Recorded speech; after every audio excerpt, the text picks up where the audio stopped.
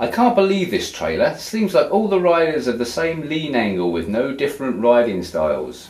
They are using all the same riding styles. I think the only game that we played to date so far that have different riding styles is Tourist Trophy, and it's something that we're looking at as a feature for future GPs. But it's expensive. Yeah, and we didn't want this wasn't a core feature for us as starting out with this game. The core features we want to do is kind of nail the main core bike behaviours, the career modes, the core game modes like arcade mode, and really kind of light a fire under multiplayer and bring that back to where it should be as part of the GP franchise. Okay, Marvel also says, I hope you guys remove all the heavy smoke coming from the bikes. It's just too unreal. Bikes don't smoke like that unless they're about to blow up. Yeah, I agree. It was kind of like my first special effect is turn it on to 10 before we turn it back to 2. Just everyone knows it's working. Yeah, we just got a bit carried away, but there's a bunch of work that we're doing, one of which is tying in the generation of smoke to how the tyres are sliding, and also the vibration, which is something that we hadn't got done in time for Gamescom. So basically it vibrates and smokes excessively, and looks like a dirty bang at the moment. Okay, Marvel also says, one thing that bothers me is the behind the rider look. The rider's legs look all stiff and squared. Please fix this. What are you talking about when he looks behind, or? Yeah, it's basically, I'll say it again. One thing that bothers me is the behind the rider look. The rider's legs. Is that the chase camera or looking behind? He doesn't say. He just says the rider's legs look all stiff and squared. We can have a look into it. Yeah, I mean, taking me by surprise. I mean, I've never noticed it. I see you guys who screenshot this stuff and draw circles over it, so screenshot it, draw a circle over it, and we'll fix it. Yeah. I'm sure we can get Marvel to put some screenshots in the forums for us. Okay, BDR Daz says, I just love the fact that the tracks are trying to be passed off as new. And from the 09 season, perfect example, Donington didn't have the Dunlop Bridge erected at this year's meeting.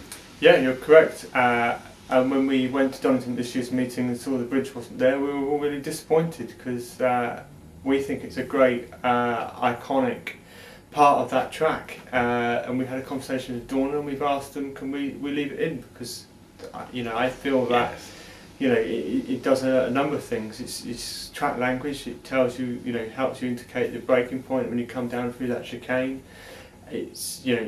To me, it's massively iconic. It's like you losing the Cinzano Bridge as you come down. Yeah, I think more people would say, why isn't it there, than more people say it shouldn't be there because they're building the F1 track. Yeah. So you're not going to have an option to turn it on and off?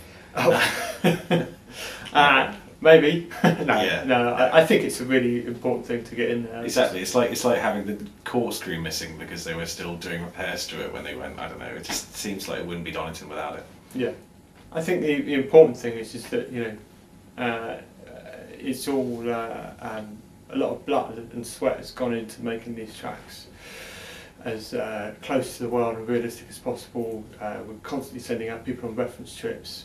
Just got some guys back from Brno, going out to Silverstone soon, going over to Phillip Island, Australia, which is a first for GP to actually get some, send some guys to there to get the reference rather than let Dorna do it. So yeah, a lot of time and effort. I'm going to that one. No.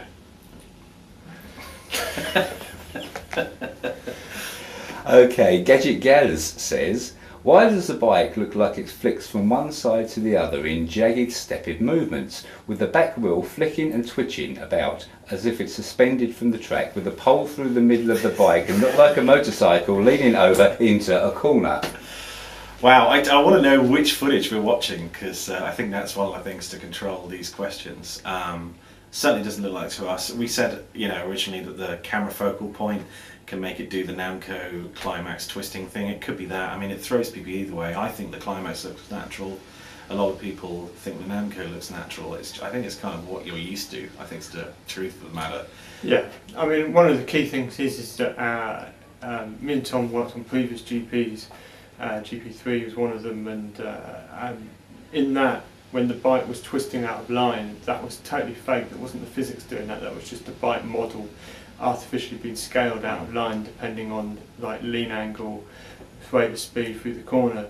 Now, we just think that artificial back tyre movement is completely unrealistic. So we said we're not going to do any of that for this GP. We're going to actually have any out of line movement purely be down to the slipping on the tyres. And this was a lot of work for us to achieve this internally, because when you implement tyre slip behaviour, you have this kind of situation where once the tyres start slipping, they very rapidly continue to lose grip, and it becomes a very punishing experience for the behaviour, for the player. But now we've got to a place now, we've got some really nice slipping movement. We can kind of scale it back to make the game easier, and users who want to have a 100% sim experience, for example, they can turn off all the traction control, all braking assist, and have like a full kind of sim race. Okay, and the final one's from RockGod01. As regards our comments and suggestions on the forum, as of right now it doesn't seem as though the MotoGP 910 guys are really taking us seriously.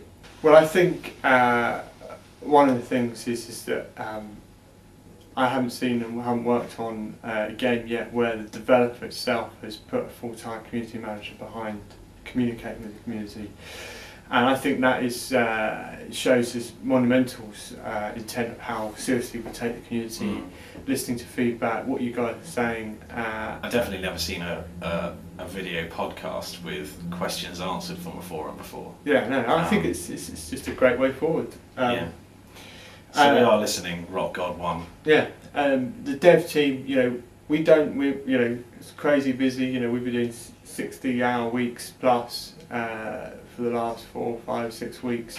So we don't get much time to jump into the forums, but the times when I have done myself, but apart from the few nail in the coffin comments, it's rewarding to see what you guys are saying, and Steve's a fantastic conduit to get that information to us. He's out of shot, but he's gorgeous. Well, thanks very much for that, guys. We'll get that turned into a podcast and into a video, and we'll get it out to the forum users really soon. Excellent, thank you. Thank you.